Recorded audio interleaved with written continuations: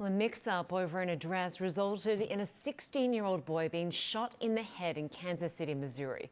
Police say Ralph Yall was shot and wounded last Thursday when he went to pick up his siblings at what turned out to be the wrong address. The homeowner opened fire, striking him in the head and the arm, according to a family attorney. Protests were held over the weekend, some signs reading, "Ringing a doorbell is not a crime." Yall is hospitalized in a stable condition. The homeowner was taken into custody but then released pending further investigation. And in a small Alabama town, gunshots rang out over the weekend at a sweet 16th birthday party, shattering multiple lives. Saturday night, 4 people were killed, 28 others injured, some of them critically. On Sunday, the community gathered in the wake of the tragedy. Among the victims, Kiki Smith, a high school senior who was involved in Dadeville High School's athletics program, and Philstavius Dowdell, the school's stars football player, who some called a hometown hero. Well, there's been no word on any arrests or suspects. CNN's Isabel Rosales joins us now from Dadeville, Alabama, with a closer look at the story.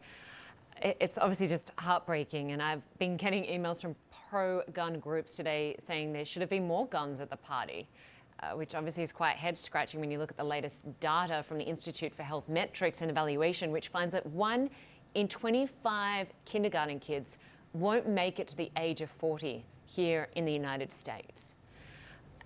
Isabel, can you tell us, what are you learning about what unfolded at this 16th birthday party? We know that out of the 28 people who have been injured in the shooting right behind me at this dance studio, that brick building with the yellow right there, we know that at least 15 of them were teenagers and at least 5 of them are in critical condition. Listen, I just spoke with the police chief here in Dadeville. His name is Chief Floyd, and he told me that right now that they have strong leads. We've been told by the Alabama Law Enforcement Agency, which is the leading agency in this death investigation, that they do not have a fear here that there's any public concern with what has happened here. But frankly, they are refusing to answer our questions, any status on the shooter or shooters, why it is that they feel so confident there is no public concern. And that goes into the concerns of so many here in the community who have told me they are frustrated by the lack of answers. We are a village that will come together. Hundreds gathered in Dadeville, Alabama Sunday evening, seeking solace. We'll never be the same. And answers. Father, we come before you. Lord, with trouble in our hearts. Father, with questions on our mind. After shots rang out at a weekend Sweet 16 party. There are still 4 lives lost. 4 lives were lost in the tragic event that occurred here in Dadeville. As far as the injuries, there are 28 individuals that were injured during the course of the incident. On Sunday, hospital officials said at least 15 teenagers were treated for gunshot wounds, including several who are in critical condition. It wasn't a fight. No. They just started shooting. One of the victims killed was Philstavius Dowdell, a stellar high school football player and the brother of the birthday girl. His coach at first in disbelief. It can't be true. It cannot be true. Coach Michael Taylor describing Dowdell as a dedicated and gifted athlete. Phil just actually got a scholarship to play football at Jacksonville State University. A second victim has also been identified by family as Kiki Smith, also a senior in high school and the student manager of the track team, looking forward to attending the University of Alabama. These children had very bright futures, the ones that I knew from Dadeville. Very, very athletic, very humble children, very respectful children, smart.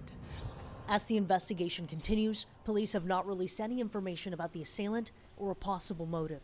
What we've dealt with is something that no community should have to endure. I just ask for your patience. They're asking for the community's help. I cannot stress this enough. Ever how minor you think it is, we absolutely need you to share it. As the stunned town of Dadeville grieves, another American city rocked by gun violence. Could you ever imagine an act of violence like this happening in Dadeville? Never. don't happen. We don't have gun violence. You know what I mean? Unreal, still unreal. And ALEA, the Alabama Law Enforcement Agency, is urging patience, saying that they are working through this methodically, that they are interviewing witnesses, gathering information, that they are not going to do this in a rush, but instead will take their time and do it the right way, is what they're calling it, to ensure justice. We do know from the school superintendent for the district here that counselors will be made available to students as they work through their grief and work toward understanding what it is that happened here.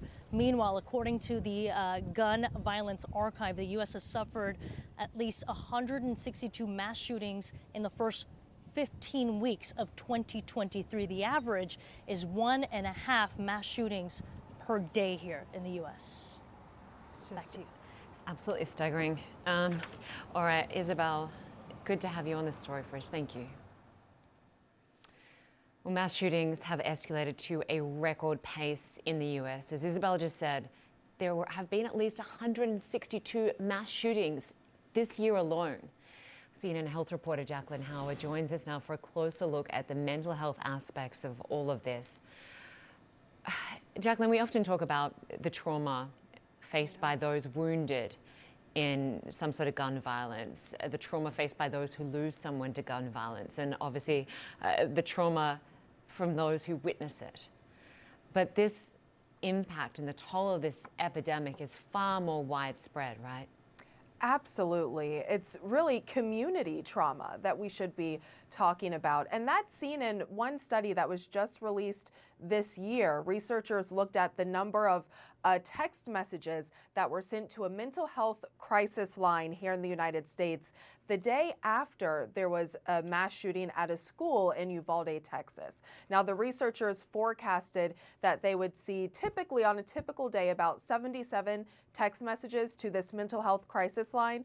But the day after the Uvalde, Texas shooting, they saw 159 text messages. So there is this massive increase that was recorded in this study, and we've heard of similar results in other studies too, looking at rises in phone calls and text messages to mental health crisis lines. And Lynda, when we think about the experiences that Americans have with gun violence, we know that many people are directly impacted. There was one survey from the Kaiser Family Foundation that found nearly 1 in 5 adults in the U.S. say a family member has been killed by a gun.